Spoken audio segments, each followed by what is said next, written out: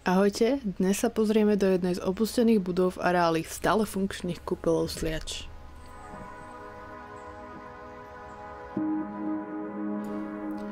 O budove ako takej sa veľa informácií nájsť nedalo, takže len predpokladám, že slúžila na administratívne účely a možno ako sklad cvičebných pomôcok a kancelárskeho materiálu.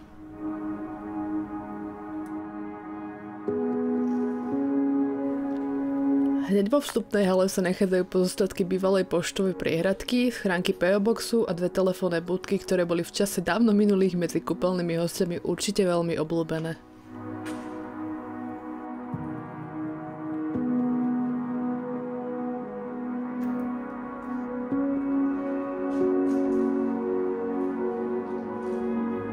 Prízemie toho veľa neskrývalo, len nejaké prázdne krabice, pár kusov nábytku a opadanú omietku z stropov a stien.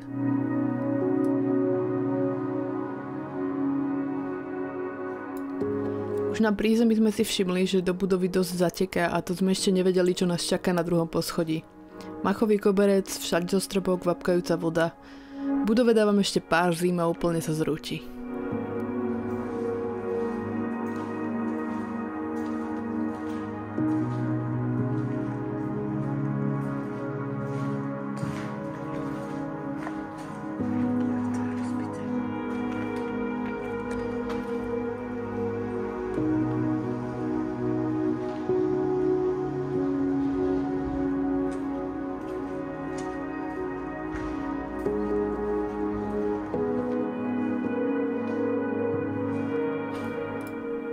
Všade po budove sa náhodne povolujú pomôcky na cvičenie ako švihadlá, medicínbaly, činky a dokonca sme našli aj celkom zachovalú švédsku debnu.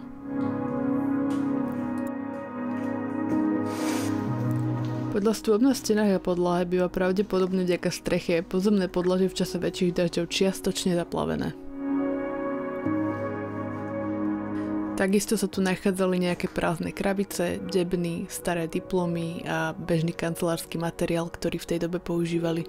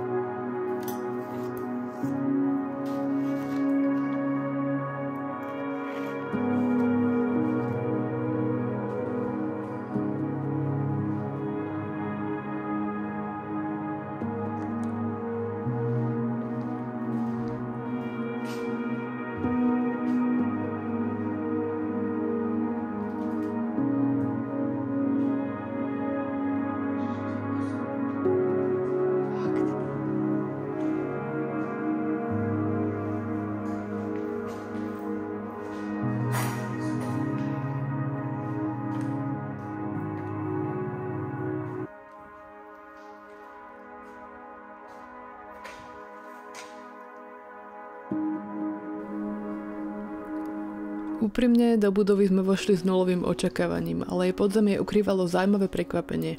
Opustený kryt civilnej obrany, ktorý bol ešte na moje počudovanie v celkom dobrom stave.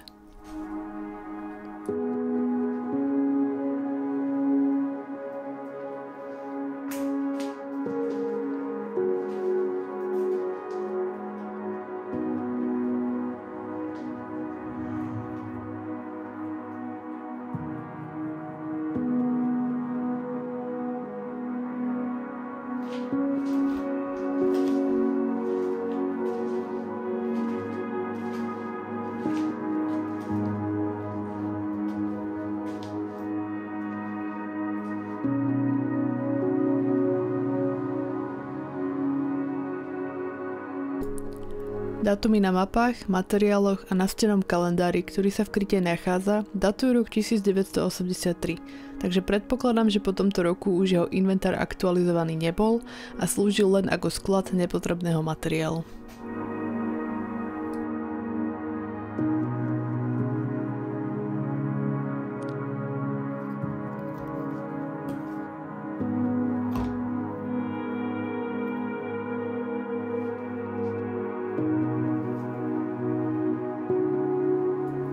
Nachádzajú sa tu rôzne materiály, inštrukcie a pokyny k tomu, ako sa správať v prípade jadrového výbuchu a dokonca 2 celkom slušne vybavené lekárničky.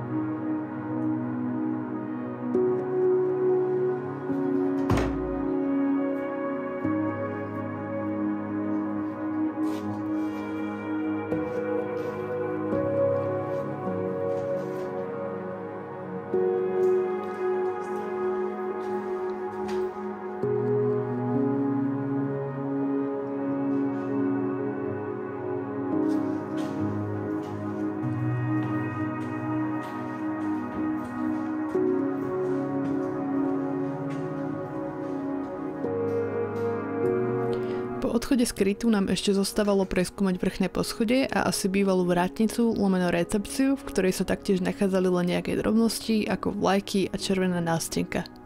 Podobná bola aj dole v kryte.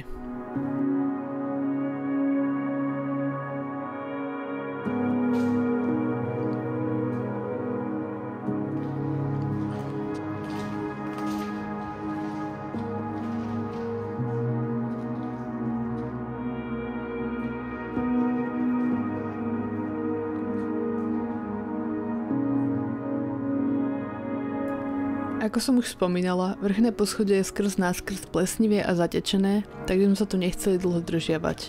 Nebolo tu ani nič zaujímavé, len celkom pekný výhľad na Sliač a pár grafitov, ktoré ešte voňali novotou alebo pri tej vlhkosti jednoducho odmietali zaschnúť.